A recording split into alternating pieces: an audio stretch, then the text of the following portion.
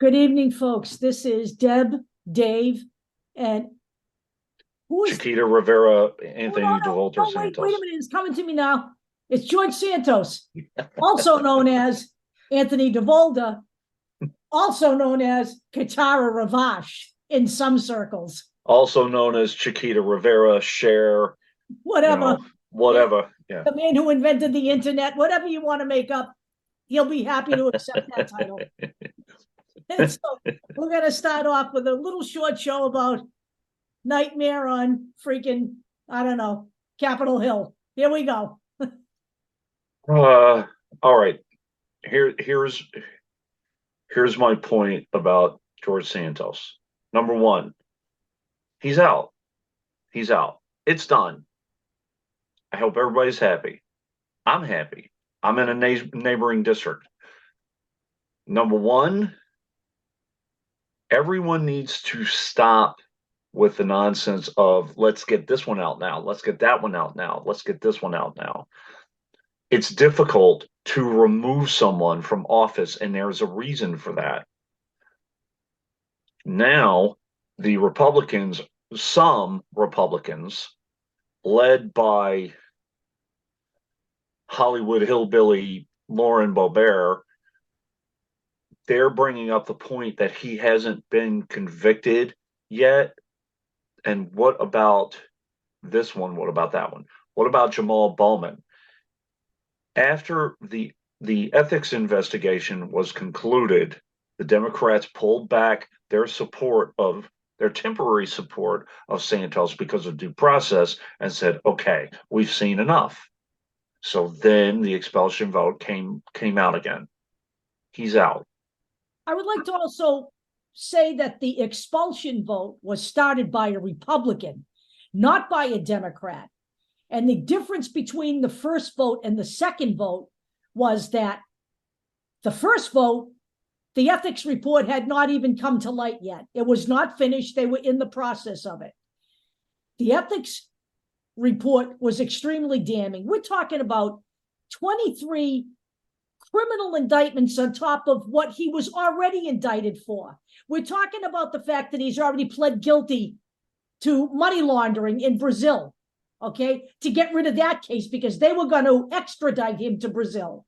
I said, how much more do you need? All the Democrats did was decide not to support him this time. This was instituted by the GOP. And you know what? It's totally legitimate that he was removed from office. None of this is because of, you don't have to wait for an indictment to become a guilty verdict when it comes to Congress. You can vote someone out based on an ethics violation if the ethics violation is damning enough. Jamal Bowman's was not. They would determine that there was nothing more that needed to be done. That is not what they said about George Santos. By the way, be careful what you wish for Lauren Boebert, because she's talking about removing someone for misdemeanor offenses. We know about Lauren's criminal record herself, so hold on. She has had little brushes here and there with the law as well, and we're not talking about that. We're talking about the serious. Go away, freaking ads. Go away. Thank you. Congressional candidate Lauren Boebert has a history of minor arrests and court no-shows, but we're not talking about removing her for that, because then you get into a slippery slope of removing a lot of people, Democrat and Republican, and you create chaos. That's not what we're talking about. This was serious enough to remove this man, one of 6 that have been removed. There's a reason why you make it as difficult as you can. And for those of you talking about Bob Menendez, number one, it's the Senate. And number 2, the investigation is still ongoing. And number 3, he will be gone at some point soon enough. Okay. So that's the first installation of this. The second installation is I am speaking to everyone in New York and also in specifically New York's 3rd congressional district. Whoever the nominee is, that's the nominee. Whoever the Democrat nominee is, I don't care if it's Tom Suozzi or Tom Terrific. I don't care. Or Tommy Toon. I don't care who it is, as long as they are truly for the people. Tom Suozzi is known more as a moderate, and I understand that. However, he worked hard for that district for a long period of time. If he wants to go in there, he is a better candidate than Anthony Devolder, George Santos, Chiquita Banana. That's number one. That's the first thing. The second thing is, stop with the slander on Kathy Hochul. Okay, here's what she said at first. I am prepared to undertake the solemn responsibility of filling the vacancy in New York's 3rd district. Everybody lost their mind, was like, oh, she's saying she's going to appoint someone. That's not what she's saying. She needs to announce a date for the special election. That's all she's talking about. When that happens, when that special election happens, when that primary happens for the Democratic Party, anyone who has been complaining in that 3rd district, whoever you want to pick.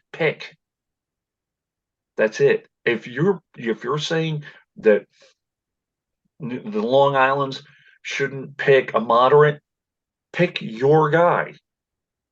And whoever it is, it is. Yeah, let me say, whoever the last Democrat standing is in the 3rd district, that's who you vote for.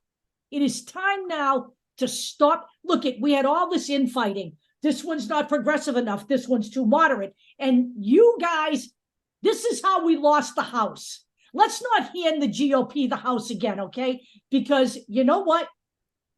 It's either you're going to face the fact that we are facing real frontal fascism here, or you're going to keep playing this ridiculous political game. You're either voting fascist or you're voting Democrat. That's where we are in America. You don't like that? I'm really sorry. But you know what? The truth sucks sometimes. Number one, first and foremost, anybody on Long Island or specifically in the 3rd congressional district, I'm in the 2nd congressional district, but I'm willing to go out there to support whoever we need to support to make this a sane congressional district again. I'm out there. You can reach me on TikTok, wherever. I'm independent outsider. You guys know who I am. Reach out to me. I'm willing to go out there and canvas and send out postcards and whatever I need to do. We need to do this. Number 2, listen to some of the Gen Zers who are out there doing things, even in other states. I put this thing out there as a source. This is what we need to do. We need to start taking back our country district by district in terms of sanity. All right.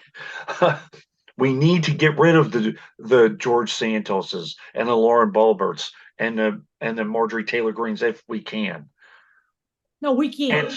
We can. We can do it. We can. No, enough. It's not even. We have to. It's not well, even. I'm saying Marjorie Taylor Greene's a different animal because of where she is. But every single person that we can get rid of, we have to vote them out. Stop pussyfooting around it and stop complaining. Get out there and do your part, even if it just means voting. That's it. We're about to run out of time, but I don't know what else to say. Stop complaining about George Santos. He's out. And now stop complaining that, oh, we're not going to get our guy anyway. Not with that attitude. Push for your guy or your female, male, whoever it is. Push for your candidate. And let's go. Let's take this back. We got a real shot here. We have a shot here. We have a shot to start seriously going after 2024, one seat up, okay? One seat we can get back right now. This is, it's ridiculous to still look at this any other way. You see this every day on the news. You see what Donald Trump is saying. You see the people supporting him. You see now that the House is going to go ahead and impeach Joe Biden, even though they have neither cause nor evidence. This is what your whole life will look like if you give it back to the GOP. It's never going to stop. It's only going to get worse. You either do something about it or you stop whining. We'll talk to you later.